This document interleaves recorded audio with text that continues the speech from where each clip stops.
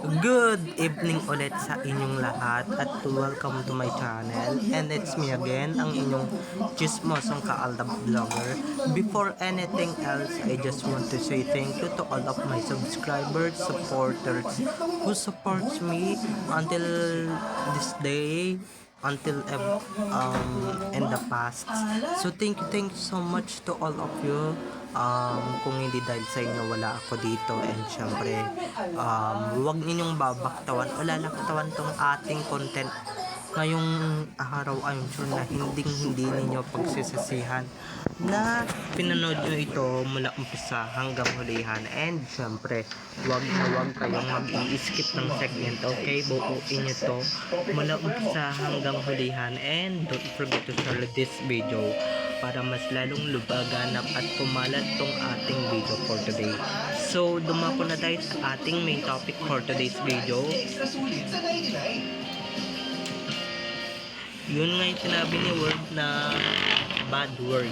Okay, nagaling pala sa kupit yung bag niya dahil nga pinagbibintangan siya. Yung mga bag niya galing pala sa flood control project. So, ito na guys, watch this. Mamaya ipapaliwanag ko sa inyo ng buong buo. So, ito na guys, watch this. Ang tanga lang. Mali ako, pero hindi ako tanga. Sabi mo lang, di ba? Na-misinterpret yun na naman ako eh. Hindi ko sinabi yun. Nasabi ko naman. Ang tanga lang. Mali ako, pero hindi ako tanga. Sabi mo lang, di ba? At kung nakita nyo na ngayong recap, so once again si Titi or sa mga admins, so dumako na tayo sa ating main topic for today's video agad-agad.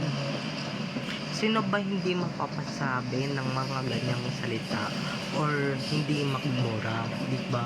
Kahit naman na public figure tayo, kailangan din natin yan.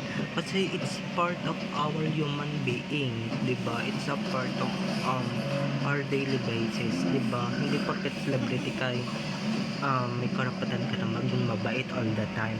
And ito na nga, isa na dyan si May Mendoza, di ba? Si Mengay na napamura na nga ng bonggang-bongga at sinabi niya itong katagang galing pala sa kupit yung bag ko. Actually guys, etong si Arjo talaga, di ba? Mabalik tayo doon sa flood control project dahil hindi tayo tapos doon. Di ba natandaan ninyo yung nag-shopping siya kasama niya nga si Meng, kasama niya yung Clowny actually, pero si Meng talagang gusto ninyo, di si Meng, di ba? Na ito na nga ngayon lang din na-realize na hindi pala talaga sa hard work money talaga or hindi talaga pinagpawisan at pinagpagura ni Arjo Atayde ang perang ibinili niya ng bag ng kanyang asawa. Actually si Clowny yun pero yung iba dito mga tanga, syempre hindi naniniwala sa Clowny at hindi naniniwala sa double ganger, diba? So syempre pananiniwalaan nilang si Ming, kaya siguro nasabi ni Ming tong yung ganong salita, okay? Kaya niya siguro nasabi yan dahil buisit siya na akala niya talaga is galing sa totoong pera, totoong trabaho talaga ni Arjo or ng asawa niya ang bag na pinanregalo sa kanya. Yun naman pala di ba, yung perang pinangregalo niya o pinangbili niya ninakaw din naman pala niya, diba, ng bonggang-bongga. So ayun talaga, pero don't get me wrong, si Clowny talaga yun guys, kaso napapasama na yung pangalan ni Nene, diba? Napapasama na yung pangalan ni Nene.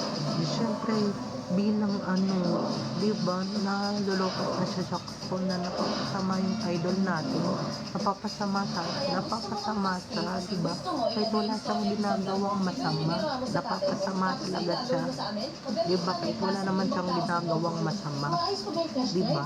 Natanong mo ba yung mga tao? Hindi katulad ni Alden, di ba, na pagka nagregalo talaga, what did you expect from Arjo, na talagang galing sa nakaw talaga yung iniregalo niyan sa iyo, di ba? Kasi nga, hindi ka naman niya talaga asawa, ginagamit ka lang niya, di ba? Tapos yung mga bashers niya napupunta din sa iyo, apakagarapal din talaga ng pagmumukha ng taong yan eh.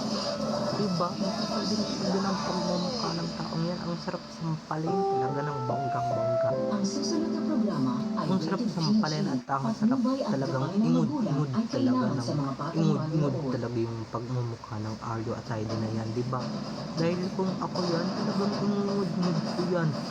Diba? Diba nung nakaraan nga sa magsaring reaction talaga yung na bato kay May, diba? About his husband, kadiri, yo, diba, kahit na sabihin yung ganyan yan, o, diba, kung meron man na magregalo, yun talaga yung tunay niyang asawa talagang si Alden Richards. At least si Alden, kahit na magregalo man yan ng singsing, magregalo man yan ng singsing galing kay Arjo, hindi ko naman binabad finger si Arjo, kaya nakaganyan yung postura ko, okay? Pero yun na rin yun. Pero ayun nga, gaya ng sinasabi ko kanina, diba, si Alden, kung si Alden yan, magbibigay yan ng mga regalo talagang hindi niya ninakaw yung perang pinambili niya dyan, okay? Dahil si Alden, prinsesa turing niya kay May, or Queen Reyna, hindi gaya kay Arjo na tinuturing si May, ginagamit niya na nga, tinuturing niya pang lalo po Kuya Kimigel. tinuturing niya pang ano ba yung tawag dito, tinuturing niya pang siya talaga yung pagbubunto na nagsisi. Yan, si May na tuloy yung pinagbubuntunan, diba, ng mga bachelor niya, pinagsasabihan pa si May na magnanakaw, na akala niya na may sobrang kilala ng mga tao, sobrang lisinisan bakumbag, diba? Kaya yung mga ganyang tao, diba, magbibigay na nga lang nakaw ka, diba? Okay lang sana kung second hand eh, diba? Okay nga lang kung mamurahin, pero wag galing sa nakaw. Pero yung, diba, kasalanan din naman yun ni May, diba? Hindi niya naman alam, diba? Hindi naman din niya talaga alam. She's not aware na yung bag na pala yun, na Louis Vuitton, na madalas na talagang nire-regalo sa kanyang sarili, o madalas nire-regalo sa kanya ni Alden. Ika ba, ngayon lang siya nakareceive ng bag na galing sa nakaw, diba? E di ngayon kasama din yun sa mga investigations, diba? Di wow, siya mismo yung ano niya na, hindi ako, siya mismo nag-expose niya, siya mismo yung nagmura niya, kaya pala mapapasabi siya ng ganong mura, letter T na mura, okay? Pero diba, kahit naman ako guys, kung niregalo sa akin ay talagang mapapamura talaga ako na galing sa nakaw, diba? Yung niregalo mo sa akin, ang kapal ng pagmumukha mo. Sana ganun yung sinabi at binitaw na salita ni May, diba? Para naman sa ganun, we expect na sana gumanti siya ngayon. Ngayon, pagkakataon mo na May na masampal yan or isampal yan kay Arjo, diba? Ngayon mo naggantihan niyang isinayo. Ayan. Ngayon mo na sa gantihan, ngayon ka na mag-revenge dahil sobra na to.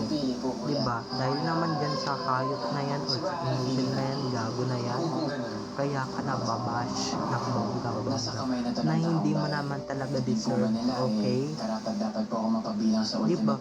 Dahil kung ako yan, kung putek galing sa nakaw yan, ibabalibag ko yan, babatuhin ko yan, babato ko sa kanya yan, diba?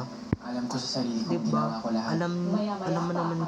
Alam niyo naman si May, hindi tumatanggap yan ng branding. Oo. Pag galing sa sariling sikap, sariling pera, yung pinagpaguran, katas ba ng pinagtrabahuan, ganyan. Tsaka ka lang makakatanggap ng ganyang regalo. Si Alden madalas yung mga regalo kay May ng mga ganyang stuffs o ganyang bag. Basta pinagdapan ni Alden, pero yan na hindi pinaghirapan, katas ng pagnanakaw, ay talagang Sobrang nagulat ko po nung malaman ko po talagang na dapat hindi niya talaga tinanggap yan, diba? So, walang iba din pwedeng sisihin kundi si May, diba? Si May din naman tanggap, hindi naman din natin talagang sisisi si May na tatanggapin niya yan. Siyempre, Louis Vuitton yan, akala niya totoong pera yung pinambili dyan, pero yun naman pala galing sa nakaw, diba? So, babay na ulit mga ka-EDM. See you on my next videos. Bye-bye. I love you all.